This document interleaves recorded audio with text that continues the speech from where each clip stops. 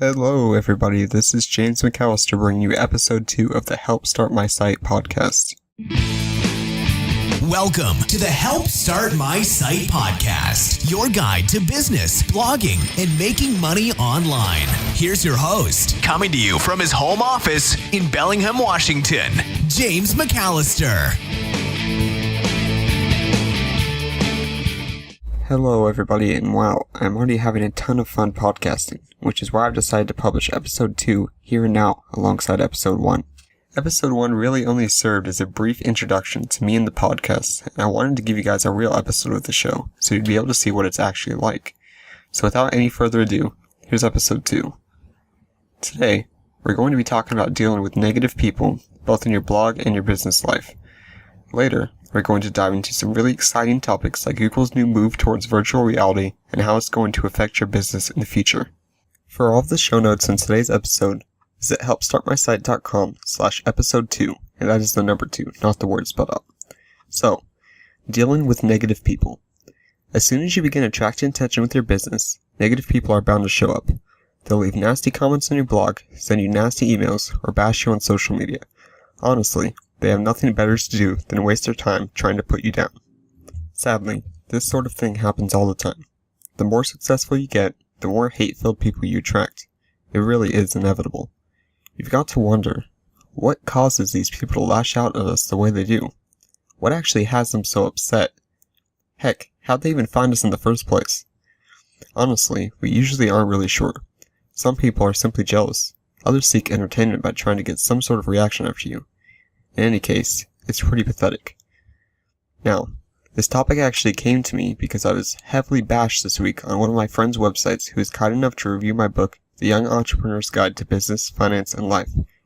The troll hid behind his computer, bashing both me and the book without even reading it, claiming that I had no credentials to be given any financial advice whatsoever.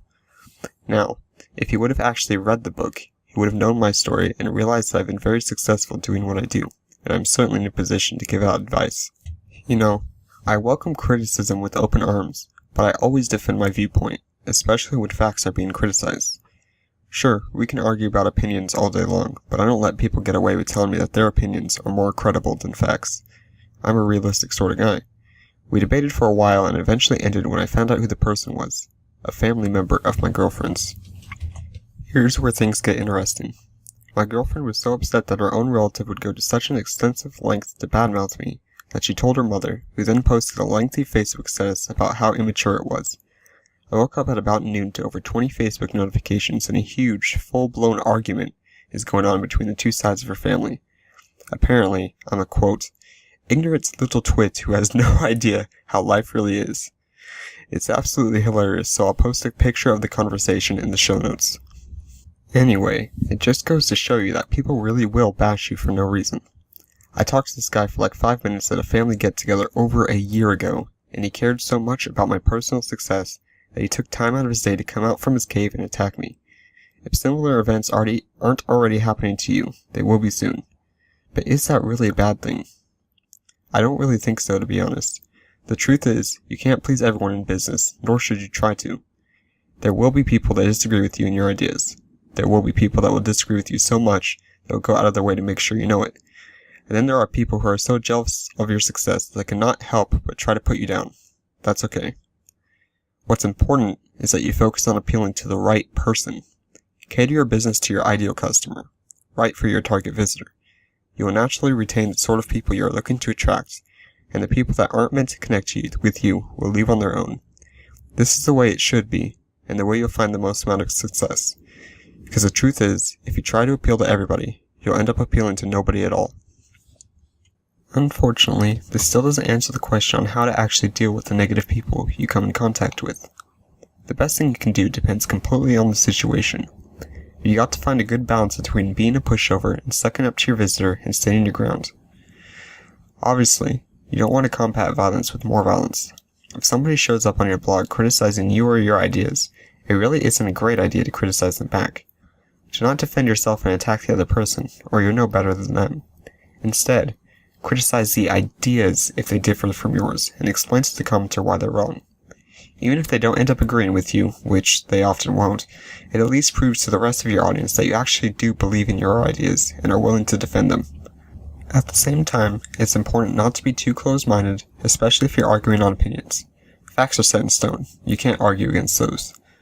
Opinions are completely different, and we're all entitled to having our own. I feel that it's extremely important to acknowledge other people's opinions, even if they are completely different than yours. Again, instead of yelling at them, telling them why their opinion is wrong, explain why you disagree. You want to convey to your audience that you are the one in charge of the conversation without looking like you have some huge ego. Remain professional, because you are, after all, running a business. Get emotional, sure, but remember why you wrote what you did in the first place. So again, if you aren't already receiving hate messages, prepare for it. If you aren't making somebody mad, you're doing something wrong. That's the way I look at it anyway.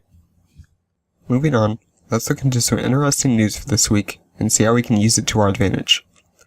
Starting out, Google has begun to allow 360-degree video to be published on YouTube for those with the cameras to support it. This is huge because virtual reality headsets are coming onto the market this year and they're going to change everything. And boy, do I mean everything. In case you're not familiar with virtual reality headsets, they're essentially headsets that you can put onto your head that will make it seem like you're really in a different place. They have 2 screens that cover your entire field of vision, really immersing you within that world. They also fully track your head, so when you look to the left, for example, the camera turns to your left within the application. I haven't actually had the chance to use one of these headsets yet myself, but I know with absolute certainty that they're going to be a huge game changer. The thing is that virtual reality is going to have a huge effect on every aspect of our lives. When people think of virtual reality, they think of video games. The truth is, video games is only one small part of virtual reality's potential. Can you imagine what you could do if you can instantly appear in any imaginable situation with such realism that you wouldn't be able to tell the difference between what's real and what isn't? Because that's exactly what's coming. As marketers, this is going to be huge. Imagine giving a webinar in a virtual classroom where you can literally see your students in front of you, and they can look up at you while talking amongst themselves.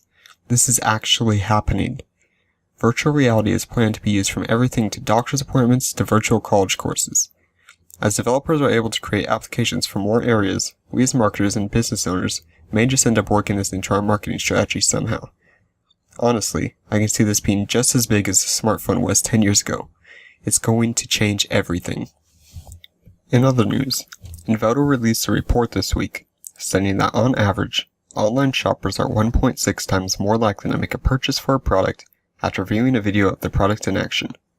This analysis covered more than 100 different industries, which range from 1.2 times increase to a 3.3 times increase in conversion after viewing a video of the product at hand.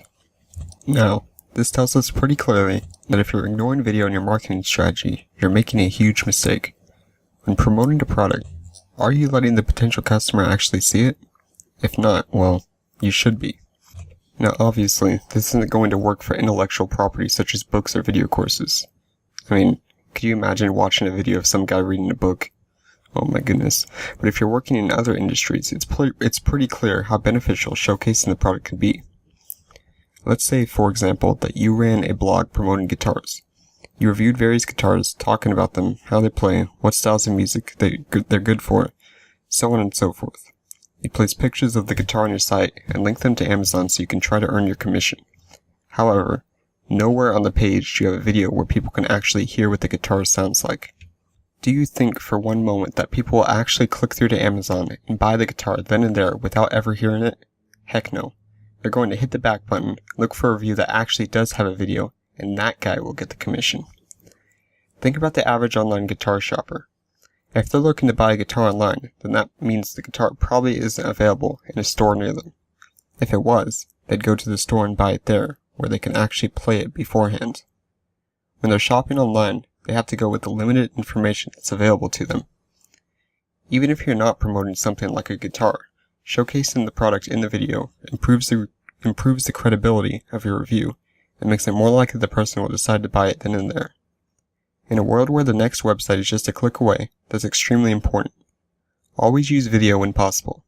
Heck, it doesn't even have to be your video, just grab one off YouTube and embed it on your page. Something is better than nothing after all, right? Finally, the last piece of news I want to discuss this week involves Instagram. Brands are now posting more on Instagram than they are on Facebook. Are you? Research firm L2 reports that 250 brands it tracked post an average of 9.3 times a week on Instagram, while only posting 8.8 times a week on Facebook. 1 year earlier, the same brands were posting an average of 11.1 times a week on Facebook and 7.5 times a week on Instagram. That's pretty clear evidence that there is change happening. Now when you think about it, it makes sense. Facebook has made it harder for page owners to get in front of their fans, requiring the owners of their pages to pay to promote their posts if they want to get access to their entire audience. And let me tell you, it isn't exactly cheap either. Instagram, on the other hand, will let every one of your followers see every one of your posts. Are you taking advantage of that? Honestly, Instagram can be a great marketing tool if you're in a niche that's well suited to it.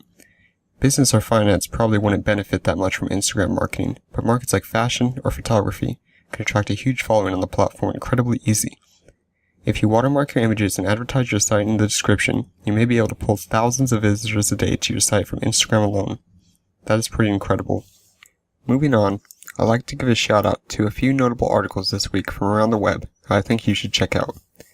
Again, links to all of these will be in the show notes, which is available on helpstartmysite.com/episode 2. The first article is called 9 Email Hacks Guaranteed to Increase Engagement, and it's available on wishpond.com's blog.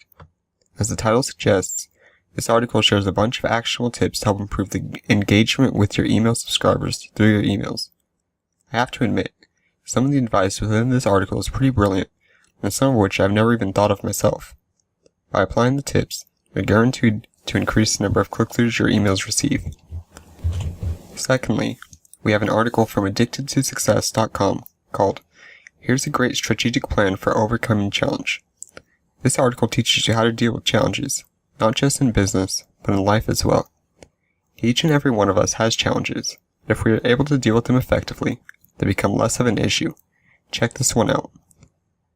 Third, we have a guest post from my friend Eric Emanuele on inspiredtothrive.com called 11 Steps to Create a Successful Webinar.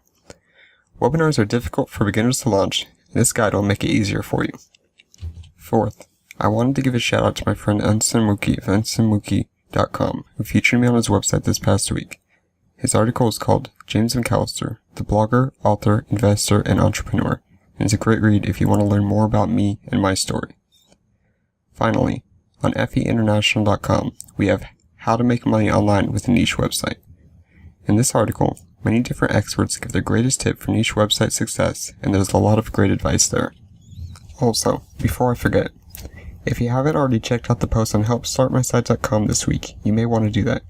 In that post, I talk a bit about what my future plans are for this year, and it's actually where I introduced this podcast for the first time.